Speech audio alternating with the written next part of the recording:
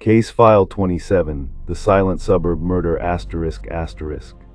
It was 2:17 a.m. in a quiet suburban neighborhood in New Jersey. Light snow drifted slowly from the sky, settling gently on rooftops and empty streets.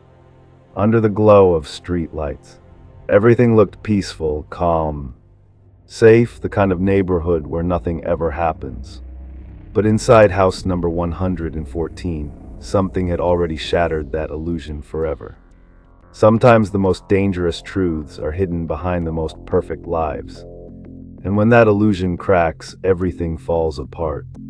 The 911 call came in at 2:19 a.m. A gunshot had been heard just minutes earlier. When officers arrived at the scene, they found the front door slightly open. Inside the living room, a man lay motionless on the floor.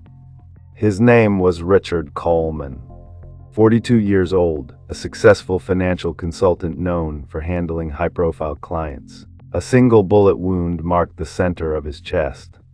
Blood slowly spread across the beige carpet beneath him. The house showed no signs of forced entry.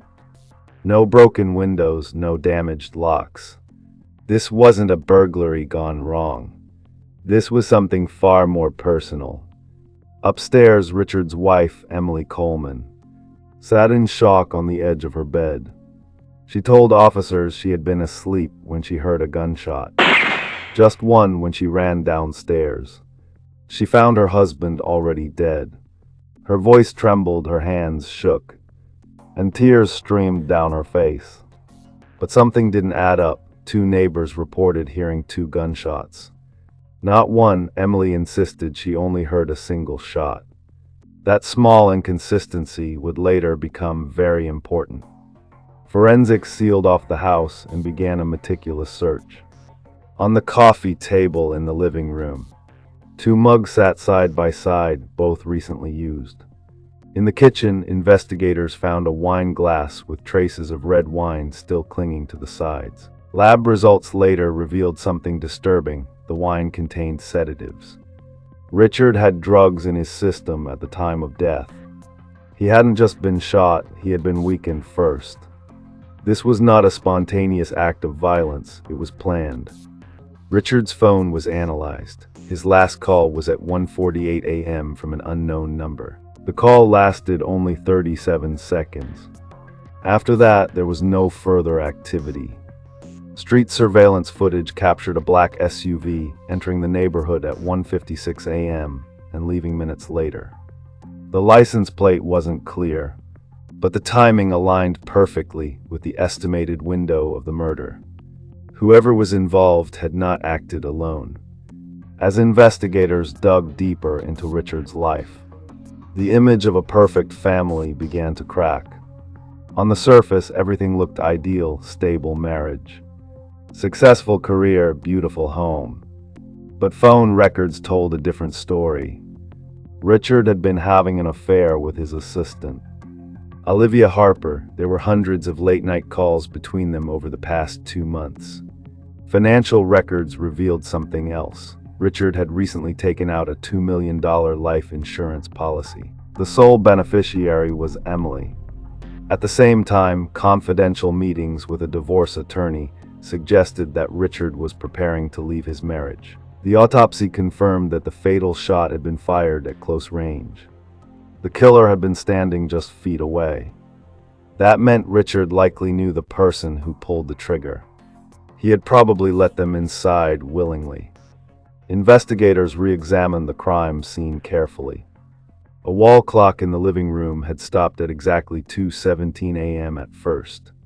It seemed possible that the impact of the gunshot had caused it to malfunction.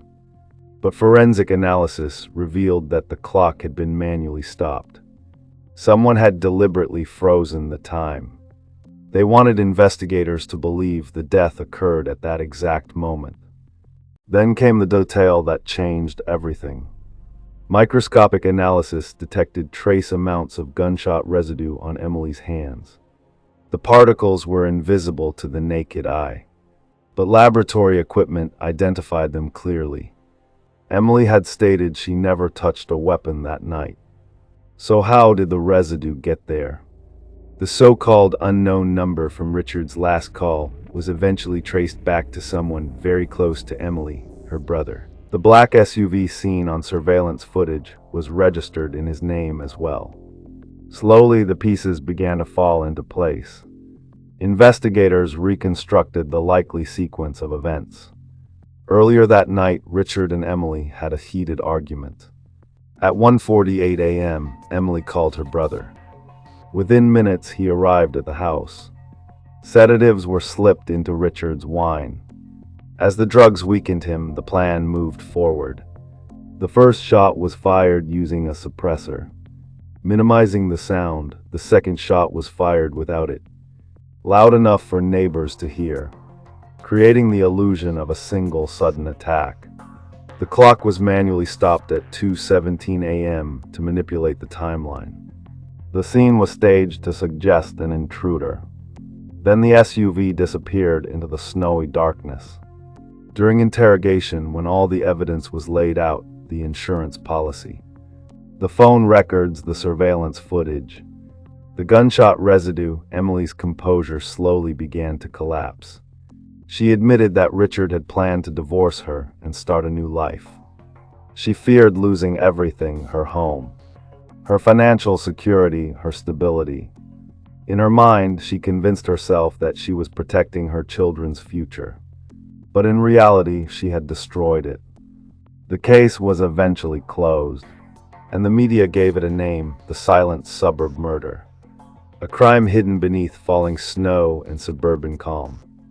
A perfect neighborhood, a perfect family. A carefully designed plan, but there is no such thing as a perfect crime. Somewhere in the smallest overlooked detail, the truth always waits to be uncovered. That night, the clock frozen at 2:17 a.m. did more than mark a moment in time. It became a symbol, a reminder that fear, betrayal, and desperation can turn an ordinary person into something unrecognizable. And in the end, it wasn't the gunshot that exposed the truth, it was the silence.